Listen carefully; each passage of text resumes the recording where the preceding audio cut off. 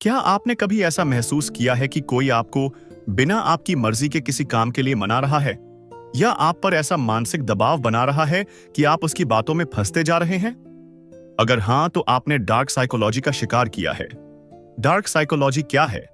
Dark psychology एक ऐसा मनोवैज्ञानिक क्षेत्र है जिसमें इंसानों के माइंड को कंट्रोल करने, प्रभावित करने और उन्हें धोखे में रखने के तरीके शामिल होते हैं। इसका इस्तेमाल आमतौर पर मैनिपुलेशन, पर्सुएशन, डिसेप्शन और कोअर्शन जैसे नेगेटिव टूल्स के जरिए किया जाता है। इसका मकसद क्या होता है? इसका उद्देश्य होता है किसी को इस तरह से कंट्रोल करना कि वह व्यक्ति खुद को कमजोर, भ्रमित या दबाव में महसूस करने लगे। जैसे कोई बॉस जो हर बात पर गिल्ट फील करवाता है, कोई पार्टनर जो इमोशनल ब्लैकमेल करता है, कोई सेल्समैन जो आपकी कमजोरियों का फायदा उठाकर आपको सामान बेच देता है। कौन कौन करता है इसका इस्तेमाल? नार्सिसिस्ट जो सिर्फ खुद से प्यार करते हैं, साइकोपैथ्स और सोशियोपैथ्स जिन्हें दूसरों की फीलिंग्स की परवाह नहीं होती, कल्ट लीडर्स, चीटर्स, डोमिनेटिंग लोग और कई बार राजनीतिज्ञ भी। यह सब लोग डार्क साइकोलॉजी की तकनीकों का इस्तेमाल दूसरों पर हावी होने के लिए करते हैं। डार्क साइकोलॉजी की ताकत यह इतनी खतरनाक होती है कि कई बार व्यक्ति को पता भी नहीं चलता कि वह किसी के माइंड गेम का हिस्सा बन चुका है। कई लोग इसे love relationship, business deal, social media और यहां तक कि धर्म के नाम पर भी इस्तेमाल करते हैं। इस पहले चैप्टर का मकसद है आपको अलर्ट करना कि आपके आसपास ऐसे लोग हो सकते हैं जो आपकी अच्छाई, भावनाओं और भरोसे का गलत फायदा उठा सकते हैं। इसलिए जरूरी है कि आप खुद को मेंटली स्ट्रांग बनाएं और इन ट्रैप्स को पहचानें। क्या आपने कभी किसी को देखा है जो किसी के सामने तो बहुत प्यारा और मासूम बनता है, लेकिन असलियत में वह इंसान दूसरों को कंट्रोल करने की प्लानिंग कर रहा होता है? यह है माइंड गेम्स, यानी मानसिक खेल। इस अध्याय में हम जानेंगे 5 सबसे खतरनाक माइंड गेम्स जिनसे लोग दूसरों को अपनी मर्जी से चलाते हैं बिना उन्हें पता चले। गैसलाइटिंग ये तकनीक आपके सोचने की ताकत को कमजोर करती है। कोई व्यक्ति बार बार आपको यह यकीन दिलाने की कोशिश करता है कि आप ही गलत हो, जबकि गलती उसी की होती है। उदाहरण, अगर आपने किसी को झूठ बोलते पकड़ा तो वह कहेगा, तुम्हें तो हमेशा चीजें गलत याद रहती हैं। धीरे धीरे आप खुद पर ही शक करने लगते हैं। गिल्ट ट्रिपिंग कोई आपको बार बार शर्मिंदा करता है ताकि आप उनकी मर्जी से काम करें। वो कहेंगे, मैं तुम्हारे लिए इतना करता हूं और तुम मेरे लिए इतना भी नहीं कर सकते। इससे आप भावनात्मक रूप से ब्लैकमेल हो जाते हैं। मिररिंग यह तब होता है जब कोई व्यक्ति आपके जैसा बनकर आपको जाल में फंसाता है। वो आपके इमोशंस, शौक, आदतें कॉपी करेगा ताकि आप उसे अपना समझें। फिर वो आपको धीरे धीरे कंट्रोल करने लगेगा। साइलेंट ट्रीटमेंट यह एक टॉक्सिक तकनीक है जिसमें व्यक्ति गुस्से या नाराजगी में आपको पूरी तरह से इग्नोर करता है। उद्देश्य होता है आपको दोषी महसूस कराना और खुद को पावरफुल बनाना। लव बमिंग कोई अचानक आपको बहुत प्यार, तारीफ और गिफ्ट्स देने लगता है ताकि आप उसकी ओर आकर्षित हो जाओ। फिर जब आप उस पर पूरी तरह निर्भर हो जाते हैं, वह धीरे धीरे असली रंग दिखाता है और आपको कंट्रोल करता है। माइंड गेम्स साधारण नहीं होते, ये माइंड को इमोशनली हाईजैक करते हैं। इनका मकसद होता है आपको इमोशनली कंफ्यूज करना, आपकी आइडेंटिटी पर शक पैदा करना और फिर आपको कंट्रोल करना। इसलिए जरूरी है कि आप इन तरीकों को पहचानें और इमोशनल अवेयरनेस बढ़ाएं। मन को मरोड़ना सुनने में जितना अजीब लगता है, असल में उतना ही खतरनाक होता है। मैनिपुलेशन मनोदबाव, चालाकी से कंट्रोल करना एक ऐसी कला है जिसे कुछ लोग मासूम चेहरों और मीठी बातों में छुपाकर इस्तेमाल करते हैं। इस अध्याय में हम जानेंगे कि मैनिपुलेटर्स कैसे सोचते हैं, कैसे वे दूसरों को कंट्रोल करते हैं और कैसे आप उन्हें पहचान सकते हैं। मैनिपुलेशन की साइकोलॉजी। मैनिपुलेटर वो इंसान होता है जो दूसरों की भावनाओं, कमजोरियों और सोचने की प्रक्रिया को जानकर उन्हें अपने हिसाब से ढालता है। उनका मकसद होता है पावर लेना, फायदा उठाना और कभी कभी नुकसान पहुंचाना, लेकिन बिना सामने आए। Manipulators rarely look evil, they look like charmers. वे हमेशा अच्छे, स्मार्ट और आपके भले की बात करने वाले लगते हैं, लेकिन उनकी असली चालें आपकी सोच पर हमला करती हैं। आपको गिल्ट फील कराना। हर बार बात इस तरह मोड़ी जाती है कि आपको खुद पर शर्म आने लगे, जैसे कि सारी गलती आपकी हो। इमोशनल कंफ्यूजन पैदा करना। वो कभी बहुत प्यार दिखाते हैं तो कभी बिल्कुल कोल्ड हो जाते हैं। आप कंफ्यूज रहते हो, क्या मैंने कुछ गलत किया? आपके फैसलों पर शक करवाना। वो आपकी खुद की सोच पर भरोसा खत्म करने की कोशिश करते हैं। तुम्हें कुछ समझ नहीं आता, ये सबसे कॉमन लाइन होती है। फियर और डाउट का इस्तेमाल।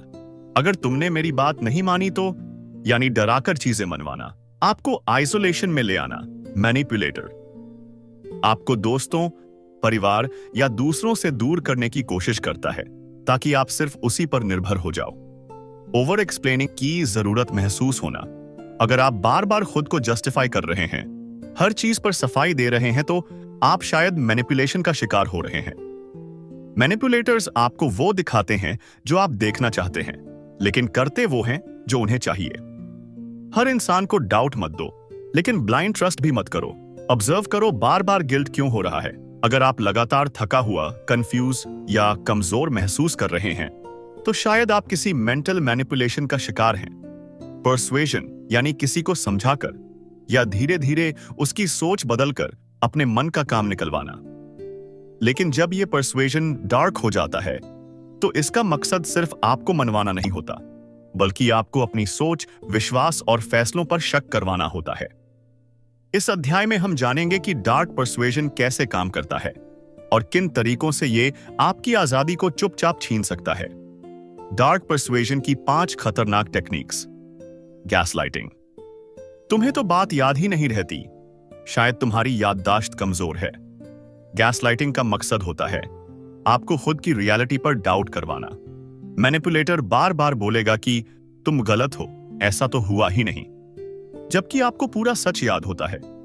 आप सोचते सोचते खुद से सवाल पूछने लगते हैं, क्या सच में मैं पागल हो रहा हूं? रेपिटेशन, बार बार दोहराना। मैनिपुलेटर एक झूठ को इतनी बार बोलता है कि वो सच लगने लगता है। यह पुराना मनोवैज्ञानिक तरीका है। बार बार सुनने से दिमाग इंफॉर्मेशन को स्वीकार कर लेता है।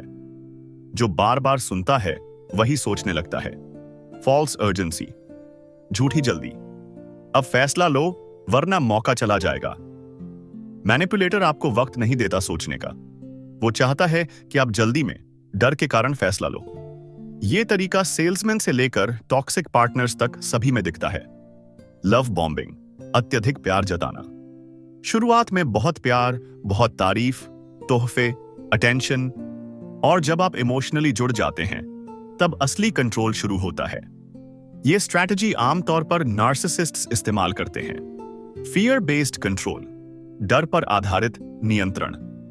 अगर तुमने ऐसा नहीं किया तो मैं खुद को नुकसान पहुंचा दूंगा, या तुम्हारे बिना मैं कुछ नहीं हूं। यह इमोशनल मैनिपुलेशन का सबसे खतरनाक रूप होता है। यह गिल्ट और डर दोनों से कंट्रोल करता है। इन संकेतों से बचें। क्या आप हमेशा डरे रहते हैं? क्या आप खुद पर भरोसा खो चुके हैं? क्या आप महसूस करते हैं कि आपके फैसले अब आपके नहीं रहे? तो शायद आप डार्क पर्सुएशन का शिकार हो चुके हैं। अवेयरनेस ही सबसे बड़ा बचाव है। जो लोग सोचने का समय न दें, उनसे सावधान रहें।